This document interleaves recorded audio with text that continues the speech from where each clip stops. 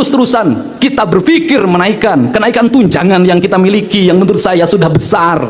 Hanya Pak KDM satu-satunya pejabat yang mengucapkan mohon maaf kepada rakyatnya. Ikatan sejarah masa kini dengan masa lalunya hapus. Orang-orang yang memakan APBN, APBD, mereka tidak punya kemanusiaan. Pak pejabat Prabowo pasti terkejut melihat pidato Kang Deddy Mulyadi ini. Ya, bukan itu aja teman-teman. Tokoh agama Ustadz Abdul Somad pun tegas sekali, ya, menusuk mental para pejabat. Luar biasa teman-teman. Coba kita simak dulu ya. Seluruh rakyat akan mencintai bangsanya, akan mengorbankan jiwa raga demi bangsanya, akan memiliki patriotik dan nasionalisme yang tinggi. Manakala para pemimpin dan pejabatnya memperlihatkan sikap tauladan di mata mereka, mau datang ketika mereka sakit, mau mengobati mereka ketika kesusahan, mau berdiri paling depan ketika mereka mengalami penindasan. Inilah cara kita untuk bersama rakyat. Tidak boleh lagi ada rakyat Jawa Barat yang masuk ke rumah sakit, pulangnya berhutang karena ketidakmampuan keuangan. Tidak boleh lagi ada rakyat Jawa Barat yang terhimpit karena kemiskinannya, meninggal tanpa perawatan dari dokter dan para medis. Tujuan kita adalah satu, mewujudkan masyarakat Indonesia yang merdeka, berdaulat, adil, dan makmur. Di mana kita memiliki hak yang sama. Kita berhak menghirup udara bersih dalam setiap hari, walaupun udaranya tidak semua bersih sampai hari ini. Kita berhak mengenyam pendidikan, kita berhak menerima layanan kesehatan, kita berhak mengeluarkan pendapat dan merdeka dalam berorganisasi. Setiap warga negara memiliki kedudukan yang sama di mata hukum. Itulah kemerdekaan komutatif. Walaupun seluruh kemerdekaan itu pun belum bisa dinikmati oleh seluruh orang.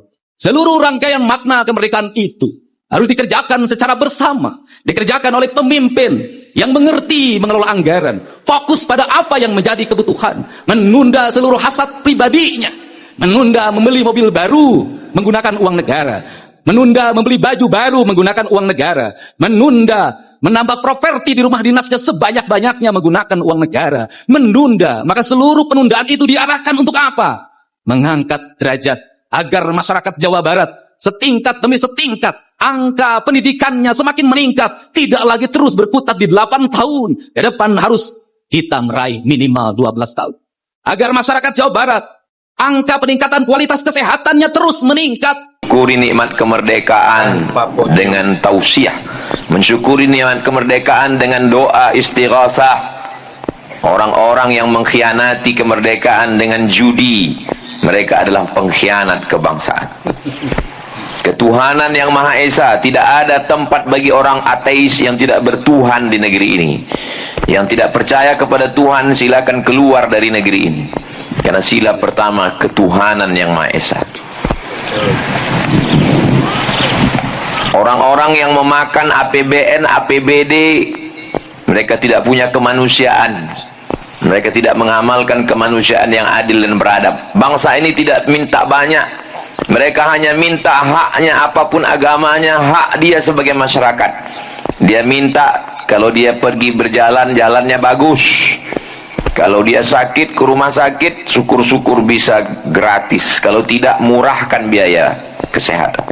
Kalau anaknya sekolah, subsidi pendidikan. Kalau tidak bisa gratis, murahkan. Buat beasiswa. Kalau sudah sekolah, mau kerja, buka lapangan pekerjaan. Kalau dia mau makan, makanannya murah. Pemimpin-pemimpin, wakil-wakil rakyat yang tidak memberikan hak kemanusiaan, mereka adalah pengkhianat kemerdekaan. Orang-orang yang mencoba mengadu domba agama bangsa ini, maka mereka sudah mengkhianati persatuan Indonesia. Segala keputusan di negara ini mesti berdasarkan kerakyatan yang dipimpin oleh hikmah kebijaksanaan dalam permusyawaratan perwakilan. Nah, tetapi yang paling penting adalah dalam sudut pandang saya, memang secara umum masyarakat Indonesia itu memiliki kegandrungan sejarah. Dia rindu sekali terhadap nilai-nilai masa lalu dan untuk diaplikasikan dalam masa kini. Tetapi yang menjadi problem adalah selalu menemukan guru yang salah. Nah, dalam perspektif ini saya melihat bahwa justru kita kalau kalangan birokrasi harus mengambil pembelajaran. Misalnya kasus Raja Sejagat itu, Raja Agung Sejagat itu, saya diskusi dengan teman-teman, justru yang saya diskusikan adalah tata nilai seninya. Misalnya rombongan helaran kata orang Sunda, atau kemudian di situ karyaannya, atau rombongan pawainya itu cukup menarik. Pakaiannya cukup menarik, penataan upacaranya relatif apik, kemudian sampai ajudan rajanya juga hebat, pakaian rajanya juga bagus. Artinya apa yang harus ambil pelajaran? Bahwa birokrasi harus mencoba jangan kalah sama mereka.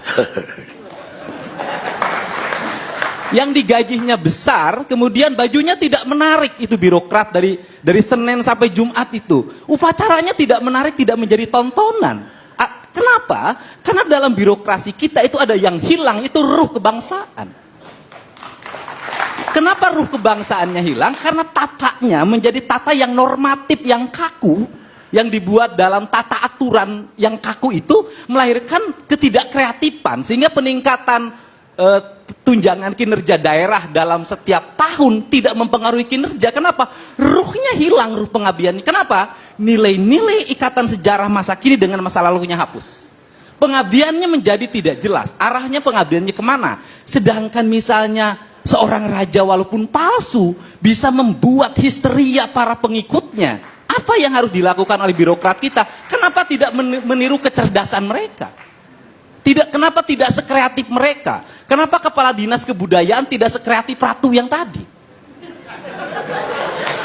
Nah, sehingga kalau kemudian para arsitektur mulai belajar kembali pada situs sejarah kita, kemudian para penulis sastra belajar lagi pada sejarah kita, kemudian menciptakan birokrasi menjadi seorang sastrawan, jadi suratnya menjadi menarik. Kalimatnya menjadi kalimat pujangga, sehingga ketika seorang bupati, ketika seorang gubernur berkirim surat pada masyarakat, suratnya dibaca dengan baik. Kenapa? Karena susunannya karya sastra. Kalau surat sekarang birokrasi pasti dimulai dengan kalimat, disampaikan dengan hormat, semuanya rata. Atau masih mending disampaikan dengan hormat, dipermaklumkan dengan hormat, menganggap rakyatnya itu orang gila. Ini kan problem kita. Sehingga karena ini problem kita, bagi saya, ini kan karena Mas Sujiwo Tejo agak kurang produktif. Jadi jarang sekali membuat pertunjukan teater yang menarik, drama yang menarik. Masyarakat kita sudah kehabisan tontonan yang menarik dan berkualitas. Jadi muncullah tontonan yang ada di Jawa Tengah, di Projo, dan di Jawa Barat, di Bandung. Tinggal yang menjadi persoalan adalah kalau ingin jadi raja, menurut saya siapapun berhak untuk mendeklarasikan diri menjadi raja, asal punya syarat untuk menjadi seorang raja. Dia itu punya kekayaan yang cukup, punya pengetahuan yang luas, sehingga deklarasinya memakmurkan rakyat, membagi hartanya, bukan mengut iuran. Karena rakyat udah bosan dengan iuran dalam setiap bulan. Kan ini yang menjadi problem. Kalau Sunda Empire apa tanggapannya, Mas Dedi? Ya, Sunda Empire itu. Ya, kalau dari sisi tata kalimat sebenarnya mengejar pada aspek falsafah ajaran Pajajaran Siliwangi. Yang disebut dengan Sunda itu adalah nilai-nilai ajaran yang mengajarkan tentang kearifan matahari, kearifan gunung, kearifan laut, yang melahirkan ajaran Tritangtu di Buana, yaitu melahirkan ajaran satu tata rasa, dua tata negara, yang ketiga tata buana. Dan itu sebenarnya ajaran lingkungan, di mana manusia Sunda itu menganut falsafah papat kalima pancet, bersatunya diri dengan kesemestaan. Kalau begitu layak dong Sunda Empire di bawah, di atas sebuah kerajaan di dari dunia. Sisi nilai, bukan teori-teori. Jadi kalau nilai ajaran kan Sunda mengajarkan tentang manusia itu sama, manusia setara, dan itu kan ajaran PBB. Manusia itu setara, yang disebut dengan pajajaran, saamparan. Kalimat sa itu kalimat penyatuan. Manusia, Tuhan dan alamnya adalah satu kesatuan yang tidak bisa dipisahkan. Siapa yang bertuhan tidak boleh nebang pohon sembarangan. Siapa yang bertuhan tidak boleh mencemari sungai. Siapa yang bertuhan tidak boleh menebas batu. Dan ini yang menjadi problem di masyarakat Sunda secara umum, tidak memahami ajaran Tritangtu itu. Tetapi bukan wilayah teritori yang dikasih pangkat. Justru kepangkatan itu bertentangan dengan ajaran Pajajaran. Karena rajanya juga nggak punya istana yang megah, dia berkeliling. Dia kerajaan itu di mana-mana kok. Pentagon aja di bawah dia. Kita lihat. Hanya Pak KDM satu-satunya pejabat yang mengucapkan mohon maaf kepada rakyatnya. Tidak terus-terusan kita berpikir kenaikan tunjangan yang kita miliki yang menurut saya sudah besar. Tidak terus-terusan kita terus menuntut fasilitas pada negara, padahal kita sudah besar. Kita harus malu pada apa? Pada status diri kita yang seharusnya berdiri paling tegak untuk menegakkan sang saka merah putih, membangun rasa adil pada seluruh rakyat. Yakinlah bahwa seluruh rakyat akan mencintai bangsanya, akan mengorbankan jiwa raga demi bangsanya, akan memiliki patriotik dan nasionalisme yang tinggi. Manakala para pemimpin dan pejabatnya memperlihatkan sikap tauladan di mata mereka, mau datang ketika mereka sakit, mau mengobati mereka ketika kesusahan, mau berdiri paling depan ketika mereka mengalami penindasan. Inilah cara kita untuk bersama rakyat, berdiri sama tinggi, duduk sama rendah, menghormati sang saka merah putih. Dirgahayu Negara Kesatuan Republik Indonesia. Semoga Allah Subhanahu wa Ta'ala senantiasa memberikan bimbingan, pelindungan kita semua. Semoga sang saka merah putih tetap berkibar di tengah gempuran perubahan zaman. Melihat ini bukan pencitraan, kecuali dia niat itu. Ada orang memang dia harus mempublish apa yang dia lakukan. Sekarang seorang pemimpin wilayah, bupati kah, wali kota, gubernur, atau sampai pada tingkat menteri dan presiden misalnya, dia kan diamanahkan tugas. Kami menyampaikan permohonan maaf kepada seluruh masyarakat Jawa Barat yang berada di Jawa Barat, di luar Jawa Barat, di luar daerah provinsi Jawa Barat, bahkan sampai di luar negeri untuk mencari nafkah. Kami menyampaikan permohonan maaf.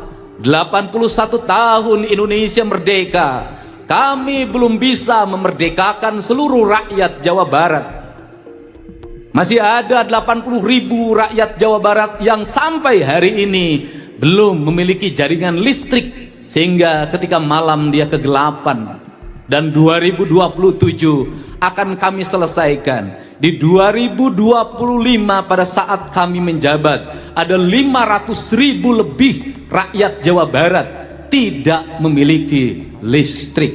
Padahal Jawa Barat adalah pusat energi, baik geotermal, pembangkit listrik tenaga air yang terhampar luas dari mulai Jatiluhur, Jatigede, Cirata, Saguling, dan seluruhnya terhampar menyalakan listrik yang menerangi Jawa Barat dan berbagai daerah di seluruh Indonesia, termasuk geotermal di berbagai pegunungan di Jawa Barat. Tetapi ada sebuah ironi, ketika kita memiliki energi yang besar, tapi rakyat kita bahkan yang dekat di pembangkit itu tidak memiliki listrik. Seluruh ironi itu harus kita selesaikan secara bersama dengan upaya melakukan penataan dalam sistem keuangan pemerintah Provinsi Jawa Barat untuk terarah pada aspek yang menjadi kebutuhan dasar warga. Bagaimana Jawa Barat harus dilindungi rakyatnya dari gangguan kesehatan. Tidak boleh lagi ada rakyat Jawa Barat yang masuk ke rumah sakit, pulangnya berhutang karena ketidakmampuan keuangan. Tidak boleh lagi ada rakyat Jawa Barat yang terhimpit karena kemiskinannya, meninggal tanpa perawatan dari dokter dan para medis.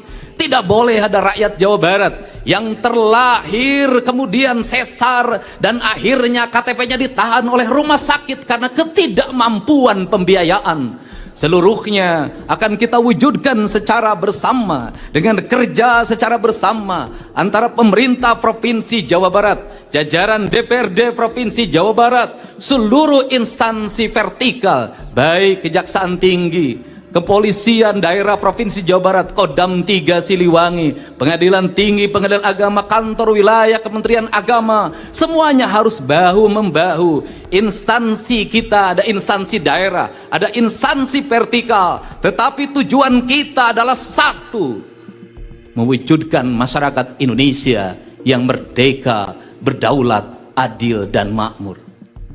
Rasa adil memiliki dua kualifikasi. Yang pertama adalah keadilan komutatif, di mana kita memiliki hak yang sama. Kita berhak menghirup udara bersih dalam setiap hari. walaupun udaranya tidak semua bersih sampai hari ini. Kita berhak mengenyam pendidikan, kita berhak menerima layanan kesehatan, kita berhak mengeluarkan pendapat dan merdeka dalam berorganisasi, tetapi tetap dipertanggungjawabkan seluruh tindakan kita. Setiap warga negara memiliki kedudukan yang sama di mata hukum. Itulah kemerdekaan komutatif. Walaupun seluruh kemerdekaan itu pun belum bisa dinikmati oleh seluruh warga. Kemerdekaan distributif, keadilan distributif kita wujudkan dengan apa? Berdasarkan prestasi yang dimiliki oleh setiap orang. Maka negara harus memberikan ruang bagi siapapun warganya untuk berprestasi tanpa dihalang-halangi. Negara merdeka, tidak ada lagi kalimat kaum caca. Negara merdeka, tidak ada lagi kalimat kaum menak. Negara merdeka, tidak lagi orang berpangkat. Semuanya merdeka, berhak mendapatkan yang terbaik, berhak meraih kedudukan yang terbaik dan yang tertinggi di negeri ini. Itulah makna kemerdekaan. Assalamualaikum warahmatullahi wabarakatuh, teman-teman semua. Tadi kita sudah melihat pidato dari Gubernur Jawa Barat Kang Deddy Mulyadi yang akan disampaikan dengan tegas ya untuk para pejabat, untuk para pemimpin ya, agar bersikap ya, mencintai rakyat, mengayomi rakyat. Jangan sampai Anda sibuk ya terus-menerus memikirkan Anda sendiri, perut Anda sendiri, memikirkan anggaran dinas, mobil, rumah, yaitu pakai uang negara. Ya, ini kalau ini tugas. Jangan seperti itu pemimpin, pejabat, jangan seperti itu. Ya, luar biasa, menusuk sekali ya. Prabowo pasti terkejut melihat pidato Kang Deddy Mulyadi ini, teman-teman.